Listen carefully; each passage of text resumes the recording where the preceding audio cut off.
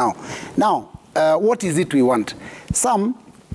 You know very well that the first thing that the Kenya Kwanza regime did after election was to quickly rush through a process of changing the IEBC law. I mean, elections in this country, and in fact the whole of Africa, all over the world, are extremely emotive. So you have to be very careful what you do in dealing with the body that is in charge of elections. And in the process, they changed the selection panel that will identify the commissioners. You saw what happened in the last election. Sorry to stop you there, yes, because I've had that before. Yes. And I'm just asking, so what is the end game? That's exactly what I'm telling you. All these challenges, cost of living, the question of IEBC. So what do you want? You see, Sam, you cannot discuss the end game without mentioning the problem. Because the problem is that these people have forced through a selection panel that is going to select IEBC commissioners. We are uncomfortable with that commission that is going to be set up because we don't believe that they have given us an opportunity to participate. And therefore, that means that even before we go into the next election, we are going in with suspicion. And there is nothing worse than an election held under such suspicious situations. That is what we are worried about. In fact, if anything, we are the ones that are concerned about Kenya. Because if these people want to push through a commission that is, in our opinion, friendly to one side of the regime, then that means of the government, that means then the next election is likely to be rigged even before we go and participate. So that's going to be a problem for the country. That means there will be low voter turnout, and unfortunately, immediately after that election, there will be a dispute. How do you avoid that? The panel has already advertised. No. That is where they went wrong. That is what they need to go back on. They need to go back and, there must be consultation. From independence, we've always had consultation when it comes to dealing with the electoral body. We've just come from an election a few months ago, 6 months ago. And what happened in that period? We had a commission that was divided into two. 4 commissioners had a result that was different from 3. That has advertised positions of a chairman and 6 commissioners do now. You know, Sam, there is nothing that is impossible. When we say we want to sit and talk, that's what we want to sit and discuss. Let them tell us, how do they allay our fears that they are not setting up a commission that is friendly to William Ruto and his cronies, so that to a detriment in 2027. That is what we want. And that has to be, because remember, the elections that we just came through show that Kenya is a 50-50, on the part of presidential, is 50-50. So 50% of Kenyans are uncomfortable with the commission being set up. So how we do go into an election under such circumstances? We might pretend and push that under the carpet, but it will blow up in 2027. That's what we want to address now. And we want them to sit with us at the table. We agree on that. Okay. The other issue, of course, is the cost of living is too high. Just hold on. Let's listen to the Azimio leaders as they spoke in a meeting yesterday. Na maandamano ya amani, sisi hatutaki kuharibu mali ya mtu yote. Tunafanya maandamano na kupeleka kumbukumbu katika ofisi ya county commissioner. Sasa ile mnaenda pale sema tumekuja. Siku ya kwenda katika ile nyumba nyingine inakuja vile vile. Kwa hivyo tarehe 20 wafunge njia wasifunge. Sisi sote tuelekea wapi? Na tutaenda tukiimba, tuko tayari kulipa gharama. Hatuwezi kukaa kimya, maovu yatawale Kenya tena. Wamefix uchumi. They have fixed the economy of Kenya. Wamefix kwa akili yao ama ni kusaidia wananchi? Ndio nasema watu lazima jamii hawaelewi, wamechanganyikiwa. Kwa hivyo Wakenya watafanya maandamano. Okay, all right. So those are the leaders. They're just describing what is just about to happen. They say they will come to Nairobi, whether the roads are blocked or not. Honorable Wandeto, so you have had these complaints, and it appears that the leadership of Azimio will want to make good the bus action. We've seen the president responding sometimes and saying whatever they want to do, let them do, but provided they don't destroy any property. I am not certain that such kind of an engagement or antagonism is healthy for the nation, and especially when it comes to stability and also fixing the challenges that Kenyans face. So what would be your advice on how to respond from the side of Kenya Kwanza? I think before we even look at how Kenya Kwanza should respond, maybe we need to interrogate the real motives behind what Azimio is doing. Because I think this is a coup being organized in the pretext of a high cost of living, electoral reforms, and things like that. Because you cannot start by saying that the president never won, that is your premise number one, okay? The issues they are raising is that the president must vacate State House and that they should be allowed to occupy it. We all know how presidents in this country, how the president is picked in this country. The president is picked through a general election, which happened on the 9th of August and was validated by the Supreme Court. And the president was sworn in, just about 6 months ago today. The other thing that you find Azimio doing is misleading a whole generation of young people who, instead of them focusing on their lives, pursuing their education, trying to better themselves, they are trying to get them to the streets to only assist very few people to basically achieve their agenda. And so, from where I sit, I actually think that this whole maandamano movement is actually not meant to address any of the ills or any of the challenges faced by Kenyans. It is all a way of Raila Amolo Odinga and his team trying to force the government of William Ruto into some sort of a handshake arrangement, or basically trying to get power through the back door. How should Kenya Kwanza respond? 3/4 of problems, Sam, in the world, we are told sometimes they go away by doing nothing about them. The president has an agenda, and I would urge him to stick to that agenda. What Azimio is doing is guaranteed by the Constitution.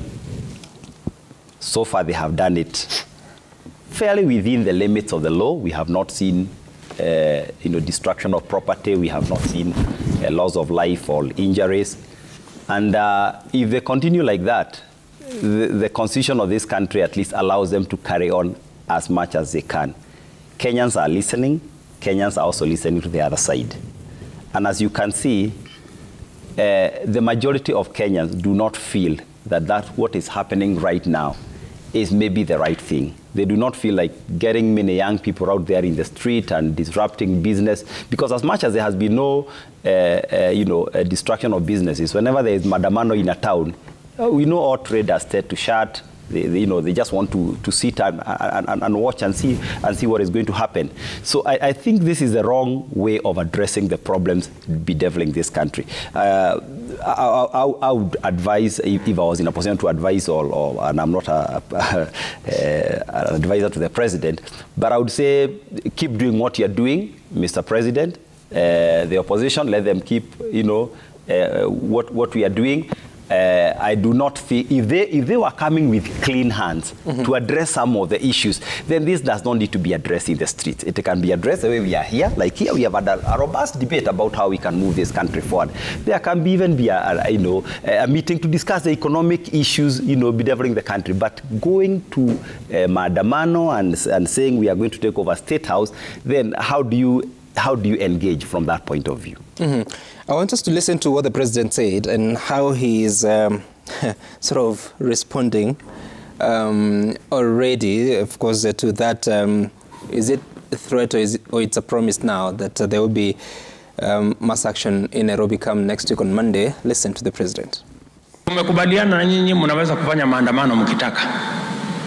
Na nyinyi mnajua wakati wa uchaguzi kuna watu wengine walikuwa wanafikiria ya kwamba kuna mtu tunamdharau. Wakati tulikuwa tunasema huyu mtu ni mtu ya kitendawili, mtu ya kung'oa reli, mtu ya maandamano. Sasa si yako hapo? Kwani tulikuwa tunasema uongo? Mimi nataka niwaambie ya kwamba taifa letu la Kenya haiwezi kuendelea vile hawa majamaa wanataka tuendelee. So already you can tell the discomfort that he has, him saying that that's not the way country should go on. Honorable Coach, I'll come back to you. Honorable Coach, so then, what sort of, he says that the best response is to do nothing. What's your thinking? Yeah, like I agree with Honorable Ndeto. We need a robust opposition. They are doing exactly that. There is absolutely zero threat. Like I even indicated here in the last show that I attended with you, and luckily Jared Okello, Mheshimiwa, was here. He had said at that time that on that Thursday they were going to raid State House. And I told him, it's a figment of your imagination. You cannot raid State House. I still reiterate that these are empty threats, trying to create space on the table to negotiate for a handshake. And I can firmly, without a doubt of iota of doubt, confirm to you, Sam, that there will not be a handshake between Raila Odinga and the President William Samoei Ruto. The only handshake that will happen is the handshake with the people of the Republic of Kenya. We want a handshake with the people directly. There is no negotiations. You heard what Robert was saying about a constitutional process. IEBC is a constitutional process. All the organizations from Parliamentary Service Commission, the Law Society of Kenya, and interreligious organizations have sent their representative to the IEBC panel. What Robert Mbui is asking you is to tell President William Ruto that he reverses a constitutional situation to suit what they want. It is impossible. Number two, Onunga revolution that they are talking about, why it is all about politics. It is about Azimio. Because first of all, you are saying you do not recognize this president. Then number two, you say we want to go and demonstrate and demand that the president addresses us on the cost of living. All this happened in the last regime, but it was comfortable because Raila was in that regime and enjoying the largesse of that government. He never made a complaint. In fact, if you Google, you will see Raila stepped forward and actually took a bullet for Uhuru Kenyatta and said the prices of Vunga globally is high because of what is happening in Russia. Check. Right now, it is not about Russia. It is not about the drought. It is about the situation that he wants to have a place in government. I said... Was that statement factual? What? It was not factual. What was the... It was not factual. I've just told you the handshake regime was the most corrupt regime in the history of this nation. I'm asking, what caused the Unga prices to go up? I am telling you the misuse. First of all, at that regime, it was a misuse of funds. 500 billion that was tax exemption that was given to the rich people. 15 billion that was released just before election. 55 billion shillings that was released in for subsidized 55 for fuel subsidy. All these programs that were running at that time. So that is what caused the Unga prices to go up? No, there was generally a misuse of fund across the country. I'm asking because you're saying that Raila Odinga took a bullet for President Kenyatta. That is what he said. He said the war in Ukraine. Was it the war in Ukraine? That's what I'm asking you. But it's Ukraine and there's still war in Ukraine. What has changed? Why can't he now remember that he had said it last year? I'm asking you, at that time, the reason he was attributing the cost of Unga to, was it factual? The issue about attributing if it was factual or not is not the issue. The issue was Raila Odinga was supposed to have been, he was supposed to have been checkmating Uhuru Kenyatta. He was in bed with him. All I'm saying is that these are problems that have been systematic. These are problems that have been gradual. These are problems that did not start today. These problems started with the last regime. We are just trying to fix it. 6 months down, and you must give credit to Kenya Kwanza's administration. 6 months down the administration, this administration, and I will agree with President Ruto, even right now as members of parliament, we'll be looking at how the expenditure happened in the dying years of Uhuru Kenyatta's regime. And you will notice that a lot of money were misused. These are some of the money that will have been used to increase productivity, farm productivity, to enable this country to have food security. That is where I am saying. You know, a Kenyan watching, and all of you are parliamentarians. You are parliamentarians in the last regime, apart from Honorable Ndeto here.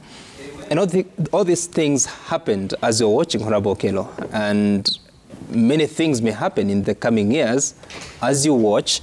Then are we losing the meaning of Parliament as an oversight body? Yes. To check, the excesses of the executive, so much so that you'll have to rely on a single person instead of looking at an institution? Well, good question, Sam. Firstly, I'm very impressed by how the Kenya Kwanza is on an overdrive, responding to our advances. They are so pricked to the level of the president responding to what we are doing. That means then we are on the right trajectory. I would have been very concerned if we are making all these pronouncements and they are keeping quiet about it. So that tells you that they are stiff scared, and that is a good thing. Sam, it is very hypocritical if the government says we are fighting for a robust opposition, when what they do on a daily basis is to see how to get members of parliament from the opposition their side. So what do they mean by robustness? Unless they either don't understand that word or robustness change its meaning. So that is something that they really have to look into. Now, there's always been a very tired line that Raila joined government. Firstly, Raila did not have any role in that government, as at least according to Public Service Commission. Number two, Raila nominated nobody to either be a CS or a PS in that government. It was just a handshake and it ended at that level. Ruto, who had an opportunity to nominate people in Jubilee government, never fired any one of them. All the Kalenjin members of cabinet. That is profiling, Sam. That is off. Well, Ruto only appointed Kalenjins in that government, and you can Google. Whereas Ruto, Uhuru was local. You will get your time. But you are profiling a community. Uhuru looked. I hear you. Uhuru looked at the Republic of just Kenya. Just tell me, which are these people that he nominated? Oh, there are so many. Owalo, is he Kalenjin? Owalo was not in Jubilee government. I'm talking about Jubilee government. I don't know whether Magoha was nominated by Ruto, but I know Magoha was nominated by President Uhuru Kenyatta. How do you... Anyhow, let me make my point. You will get... You know, the essence of us having this conversation, also educating Kenyans, let's educate them with what is true. We are educating them this way. That Jubilee government was... educate, I meant inform. Let me ask you this, because, you know, it is the president who nominates, who picks names, takes to parliament for approval, parliament approves, and then he appoints. So at what point did William Ruto, deputy president at that time, government pick people from his community and take them to parliament? Very good. When they came together as a rapprochement and formed the Jubilee government, they literally shared power on a 50-50 basis. Uhuru Kenyatta nominated his part of the divide to get into cabinet, and Ruto did the same. Look at that composition of President Uhuru William Ruto cabinet. Ruto brought in Kalenjins in that government. Uhuru looked at the Republic of Kenya with the few slots that he had. And this is not a new phenomenon. Even when they were with Gachagua, now in this government, you can see. I mean, and these are the issues that we are raising. You know, Honorable Kelo, I've given an opportunity to substantiate what you meant. You are not. And can you Google the cabinet, the first cabinet of President Uhuru? I can't ask you a question and then you want me to mention them by name? I am asking you the people that William Ruto as deputy president nominated, took to parliament and got them appointed as cabinet secretary. Not parliament, not parliament. I said his side of the divide. He had only Kalenjins in that government. And if you want me to mention them, I can.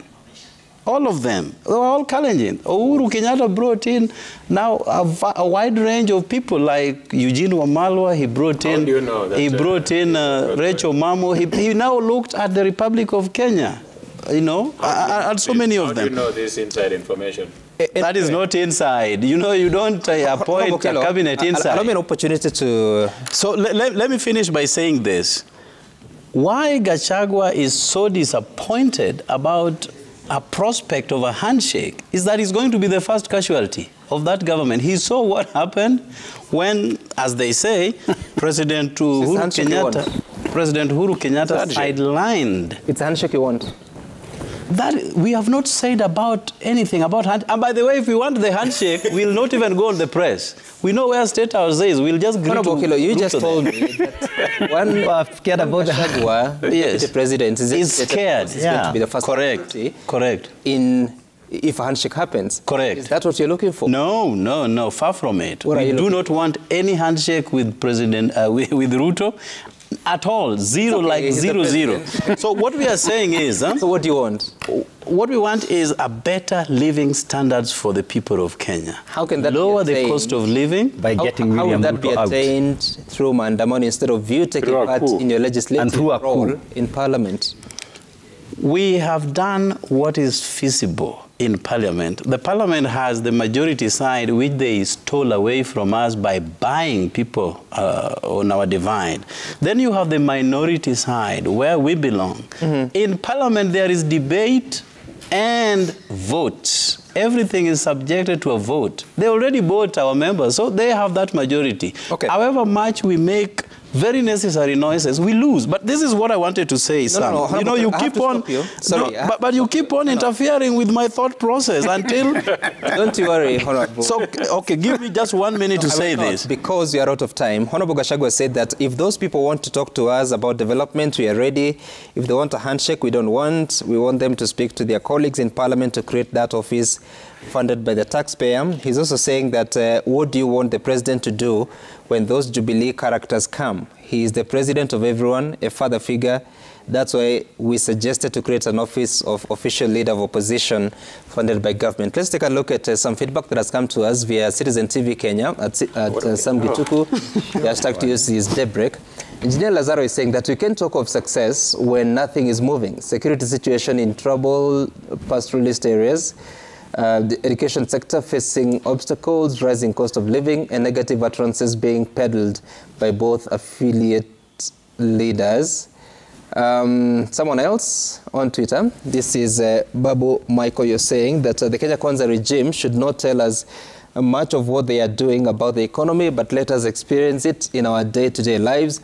It has become a song that the past regime messed the economy, but most of them were still in that regime. All right.